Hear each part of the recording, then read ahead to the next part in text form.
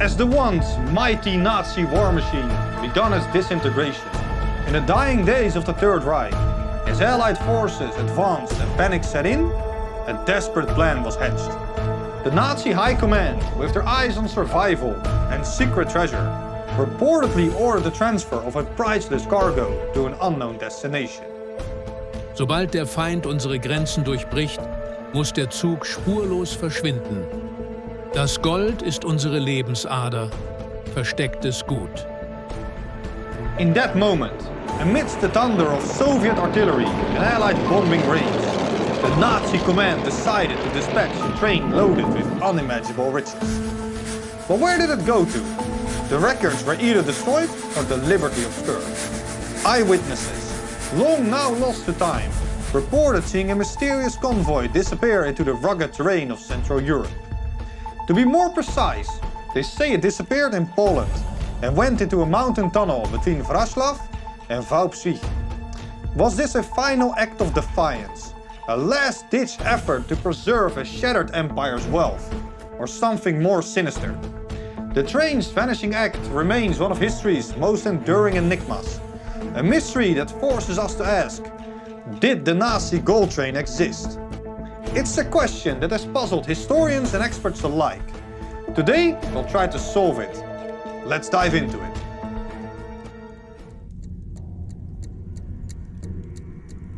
Many people have spent years poring over classified files, dusty archives and forgotten testimonies. Many hours, many efforts, but evidence of the train's whereabouts remains elusive. Digging into the mystery feels like looking at a mosaic of half-truths, whispered rumors and scattered clues that defy simple explanation. Maybe things make more sense if we approach it open-minded and delve into Operation Golden Veil, a term that has since become synonymous with the mystery of the Nazi gold train. The document was discovered in the early 2000s within a Polish archival institution and supposedly contains lists of cryptic coordinates all pointing to a secluded region in the Carpathian Mountains. Yet, despite its dramatic promise, no verifiable record confirms that Operation Golden Veil was ever an official military plan. Rather, it stands as a narrative thread, a conspiracy theory element woven into the legend of the Nazi gold train. Over the decades, intrepid researchers and amateur historians have pieced together clues from scattered diaries, intercepted military communications and local folklore. Every scrap of evidence, from the mysterious carvings on abandoned stations, hidden messages hidden in wartime documents, adds another layer to this intricate tapestry of secrets. Although no single piece of evidence definitively proves the train's existence, together they form a compelling, although incomplete, mosaic that continues to fuel our fascination with this lost treasure. In the waning hours of the Third Reich, when defeat loomed large and chaos reigned supreme, a daring plan was set into motion. The Nazi leadership, desperate to safeguard their wealth, devised an intricate strategy not only to transport their ill-gotten gains, but to render them invisible to the approaching Allied powers. Their plan was ingenious in its audacity.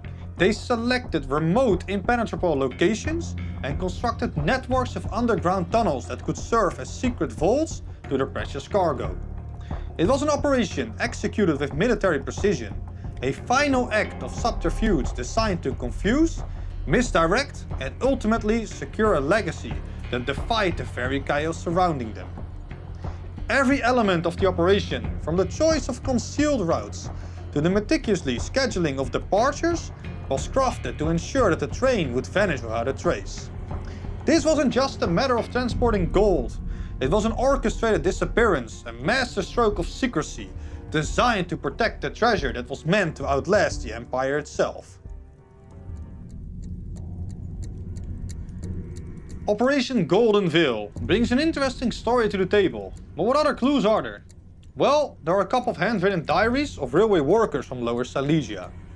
For instance, the diary of Wojciech Nowak, a veteran employee who meticulously recorded unusual troop movements and the sudden disappearance of several transport convoys during the war's final days. These recordings provide a rare personal glimpse into those chaotic moments. Similarly, Janusz Kowalski's diary, now preserved in a regional library, offers detailed accounts of secretive instructions and abnormal events on the railway lines. While these diaries do not conclusively prove the existence of a treasure-filled train, they deliver first-hand testimony that lends credibility to the whispered rumors and keeps the legend alive. Local media has also contributed to this evolving mosaic of clues.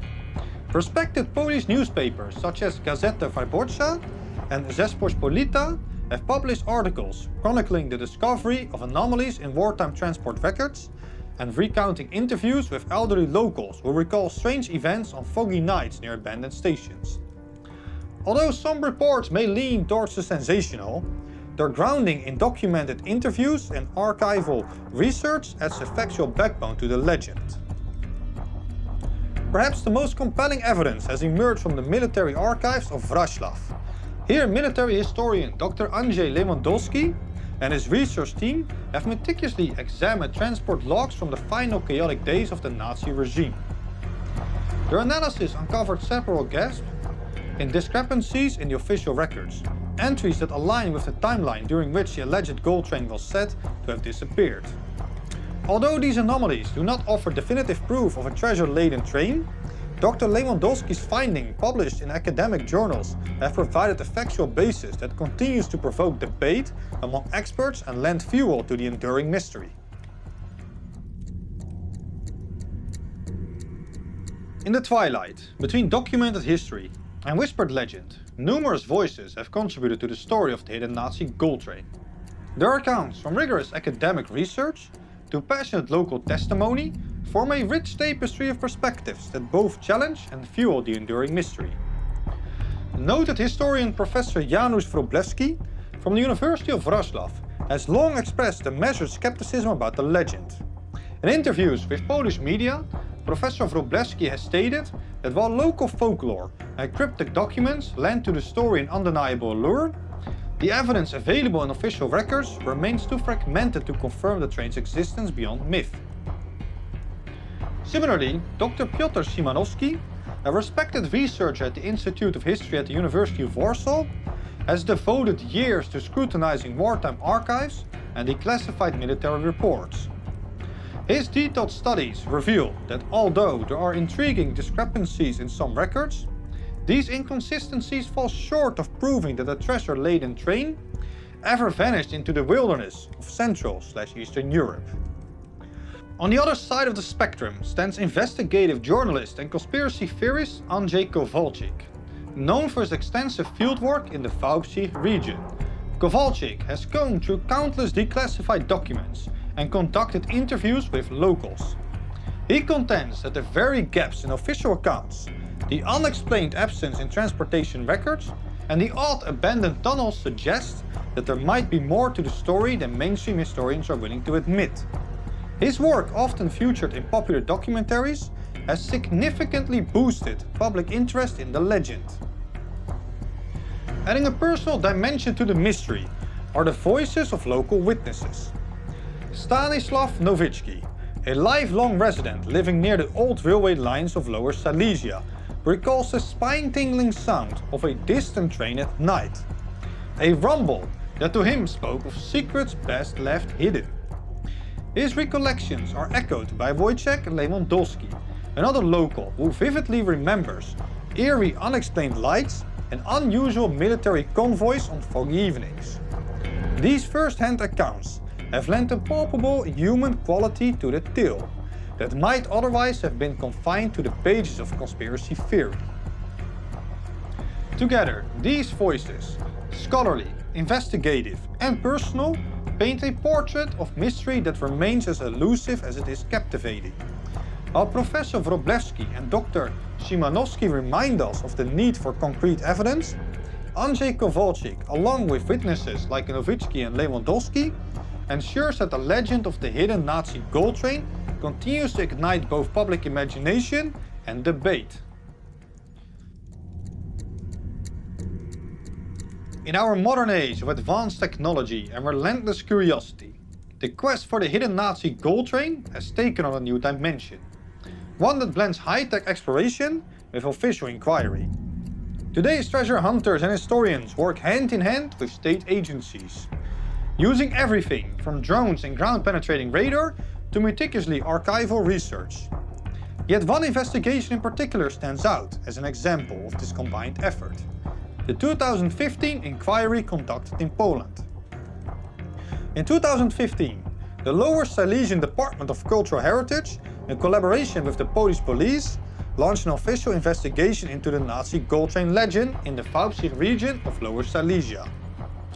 This formal inquiry was led by Inspector Marcin Nowak of the Lower Silesian Police and Dr. Anna Kowalska, an archaeologist from the University of Wrocław. Their team was tasked with sifting through decades of wartime records, local testimonies and physical clues that had long fueled the legend. A focal point of this investigation was an old railway tunnel near Wałbrzych, a site that local lore had identified as a likely hiding spot for the elusive train. The tunnel, partly reclaimed by nature and long forgotten by modern maps, was excavated and surveyed using state-of-the-art ground-penetrating radar. The team hoped that this tunnel, with its mysterious origins and documented connection to wartime transport routes, might hold physical evidence of the gold train's passage or even remnants of its secret cargo. Although the excavation did not ultimately uncover conclusive proof of the train's existence, the official investigation brought a measure of credibility to the legend. It demonstrated that the mystery was not solely the realm of conspiracy theorists and amateur treasure hunters. It had, at one point, garnered the attention of government authorities and experts, determined to separate fact from myth. The inquiry's findings, while inconclusive, helped to refine the focus of the subsequent research and sparked renewed interest in using modern technology to re-examine historical sites across Lower Silesia. Standing at the crossroads of past and present, the efforts of Inspector Nowak, Dr. Kowalska and their team remind us that the line between legend and history is often blurred. Their work underscored that while the Nazi gold train may remain elusive, the clues left behind are real enough to keep the search alive. In the end, this official investigation in Poland is a testament to the enduring allure of the mystery. Though the gold train's final resting place remains unconfirmed, the inquiry reinforced the idea that sometimes even the most outlandish legends can inspire rigorous scientific and historical exploration. Today, we have traversed the shadowed corridors of history, asking where the hidden Nazi gold train vanished to and what evidence support this legendary journey. We've examined the secretive operations of a collapsing regime, scrutinized scattered clues unearthed over decades, and listened to the voices of those who witness and still whisper about this extraordinary tale. From the cryptic hints of Operation Golden Veil to the modern-day expeditions armed with technology, the evidence is fragmented and often contradictory. Yet, together they weave a narrative of audacious secrecy and relentless determination, a legend that refuses to be confined by the boundaries of history. While definitive proof of the train's fate remains as elusive as the whispers of the past, the enduring mystery of the Nazi gold train continues to inspire a search that is as much about our history as it is about our eternal hunger for answers. Perhaps one day, with further discoveries and more daring expeditions, we will uncover the full truth behind this legend. Until then, I'm the Chronicler, reminding you to like, subscribe and remember that history is written in mystery.